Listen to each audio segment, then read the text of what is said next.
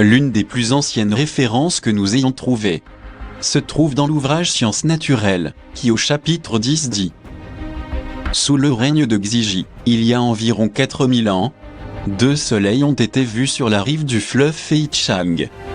L'un s'élevant à l'est, tandis que l'autre descendait à l'ouest.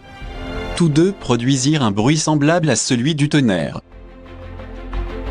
À une époque beaucoup plus récente, l'écrivain Huang Jia, qui a vécu sous la dynastie des Qin, raconte dans son livre Rencontres, une histoire qui s'est déroulée au IVe siècle avant Jésus-Christ.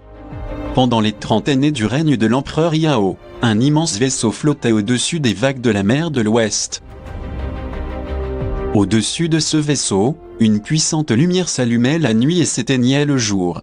Une fois tous les 12 ans, le vaisseau faisait le tour de l'espace. C'est pour cette raison qu'on l'appelait le vaisseau des étoiles. De même, dans son ouvrage Observation du ciel, l'historien Zhang Zuo nous donne une image encore plus claire de ce vaisseau du ciel, en déclarant « Il y avait un grand vaisseau volant, exposé dans le palais de la Vertu, sous la dynastie Tang. Il mesurait plus de 15 mètres de long, et résonnait comme le fer et le cuivre, résistant parfaitement à la corrosion. Il s'élevait dans le ciel pour y revenir plus tard, et ce de manière continue. »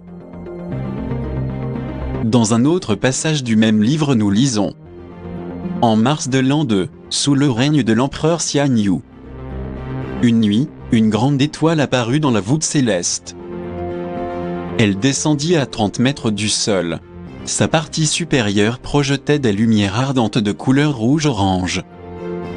Elle se déplaçait comme un serpent, entourée de nombreuses petites étoiles, qui disparurent en un clin d'œil.